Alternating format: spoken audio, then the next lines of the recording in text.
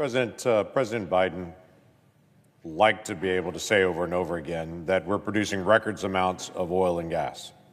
So my Democratic colleagues have even come to this floor in the last couple of days and have said, we don't have an energy emergency. Those two things together are kind of a message going out to the American people. There's nothing to see here, move along, everything's fine on energy. But if you talk to electricity generation companies, regional distribution networks, and ask them, how are things going with electricity generation? How are we doing with capacity? They will give you a very different story. The feeling is when you walk into your own house and flick on the lights and the lights turn on, you're like, yeah, the lights are fine, there is no emergency. But if you talk to the electric company behind it and say 2 years from now, what does it look like for capacity for you? They will probably shake their head and say, we have a problem coming. Now, we can either deal with that problem 2 years from now when we're having brownouts and don't have enough electricity, or we can deal with it now. I would rather deal with it now so we don't have the challenges ahead. How do you do that? Continue to be energy dominant, and actually the energy that we're producing here in the United States, and to be able to make sure that we're producing truly all of the above energy, but we're actually producing energy at a price Americans can afford at the amount Americans need. If we're going to be the world leader in AI, if we're going to be the world leader in data centers, if we're going to be the world leaders in innovation, you can't be that if you don't have the power behind it. And you can't be that if the price continues to go up, up, up, up, up for continued subsidies. Under the Biden administration, the price of gasoline went up 30%. 30% in 4 years. Under the Biden administration, in 4 years, the price of electricity nationwide went up 28%. Every American feels it. When we pay our light bill, when we put gas in our car, we feel it. So now the question is, what do we do about it? How do we actually engage to be able to make this better? Well, there's multiple things that we can do. We've already started some of those already. Quite frankly, President Trump, in his earliest days in office, stepped in and started the process of turning around some of the policies to increase more American energy, and so we can begin to bring prices down and availability up. Because sometimes it's not just about price, it's making sure 2 years from now we're not running out and we're not having brownouts all across the entire nation in our electric grid. So there are a couple of things that President Trump did right away. He actually changed all the cancellation of leases in Alaska to actually drill in the area, literally set aside decades ago for drilling. That's an area that should be a no-brainer. But the Biden administration stepped in and says, no, we're not going to allow anyone to drill in the area set aside for oil exploration in Alaska, and canceled that.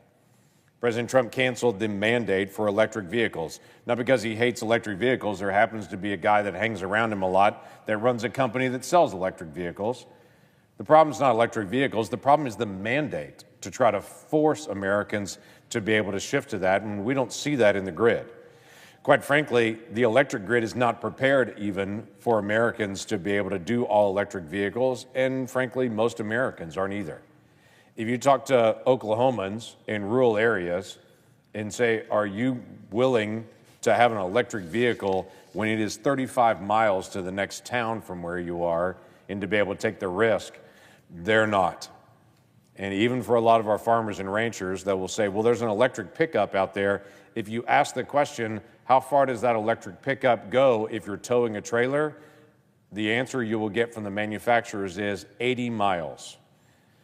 You know what? Our farmers and ranchers need to go a little farther than 80 miles with their vehicles.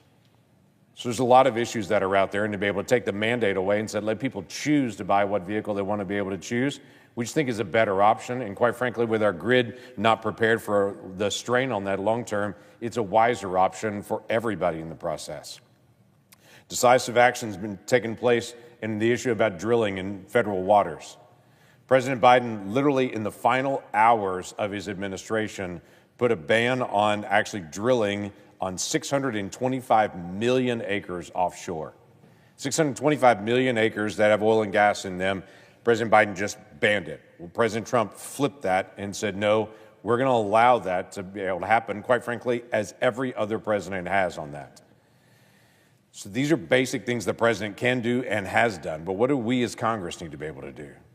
We've engaged in several areas already. We've chipped away at what's called the methane fee that's been put on. Every single homeowner that has a hot water tank that uses natural gas, or even their electricity that's coming to their house is produced by natural gas, or they cook with natural gas, had a new fee added onto them at the end of the Biden administration. We have now voted to be able to take that away and to say we're not going to raise the prices of everybody because they happen to use natural gas to cook their food or to be able to heat their homes or heat their hot water or they get electricity from as well.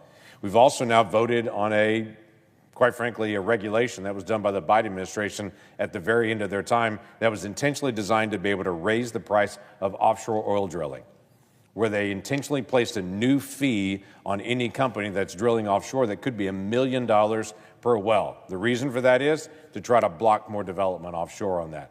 What does that actually do? That doesn't decrease the need that we have in the country. It increases the number of imports that are coming into our country. So we're buying more from Saudi Arabia, more from Venezuela, rather than actually producing from our own jobs and our own locations. I don't have a problem with all the above energy. In fact, I've had this conversation with multiple people in this body. I'm willing to put the Oklahoma portfolio for energy against any state that's here as far as our use of renewables versus fossil fuels. 45% of the electricity produced in my state today is done with wind. We do wind, solar, we do hydro, we do oil, gas, coal. But we're working to be able to make sure that we can actually produce electricity that is needed for manufacturing and for our homes. That shouldn't be a difficult issue for us. That should be what it's actually all about. Quite frankly, the frustration that we've had is this has been a challenge for energy companies just to produce energy in the last 4 years. This is something that should be normal. America needs energy. Every single American needs energy. Every person sitting in this room or watching this right now is using energy. We need access to that. So let's find the best ways to be able to do it. A couple things that we're working on right now. One is I have a bill that we're talking about with the tax treatments that we're all debating right now as well on this floor, called Promoting Domestic Energy Production Act.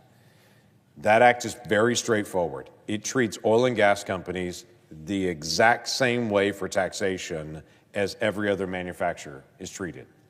Now, a lot of Americans may say, well, they're not treated the same now. No. When Democrats passed the Inflation Reduction Act, which was bizarrely named because actually inflation spiked after that with all they put into it.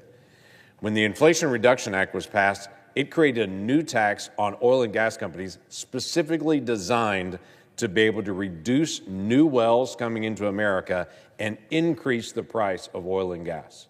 That was the design of it, because their goal was if they can make it so expensive to get gasoline, then more people would actually run to an electric vehicle and they would buy an electric vehicle. Well, guess what's happening? The more expensive for gasoline is definitely happening. But more and more people aren't running to an electric vehicle. They want to be able to choose. And that's a pretty fair option for them for that. So the bill that I have actually moves us back to treating oil and gas companies the exact same way as every other manufacturer is treated in our tax policy. There's another bill that's not just an oil and gas bill. It's called the Align Act. This handles what we call bonus depreciation. When a company actually buys a big piece of capital equipment, they're going to pay their tax that year on it, but they have to decide for that big piece of equipment how many years it takes to be able to depreciate the value of that. The Align Act just says in the year that you bought it, you can also depreciate it. You can take it off your taxes. Now, this doesn't change the amount of income coming into the federal treasury one bit. You're either going to have it over several years or you're going to have it over 1 year. It doesn't change the amount at all. But it does make a huge difference to that business in the year they do a big capital investment, that they also get to write that off on that same year. Well, I think it's just good policy to be able to say, let's incentivize every manufacturer to be able to do additional manufacturing. Our economy needs it right now, because when they do more manufacturing, that's more jobs in the country. And for energy, that means more pipelines, more capabilities to be able to move energy at a cheaper rate. Those are common sense things that don't hurt our deficit as a nation, but actually benefit our economy and benefit jobs. Energy policy should be just common sense conversation. It shouldn't be political. It should be, what do Americans need? And we should look beyond just today that the lights are on. We should at least look 2 years in the future and to say what's about to happen in the country with our electric grid, anticipate the problems that are coming, make changes in policy here to make sure we don't have an emergency there. So let's declare the American energy emergency. Let's fix it before we have the challenges that are coming in just a few short months. With that,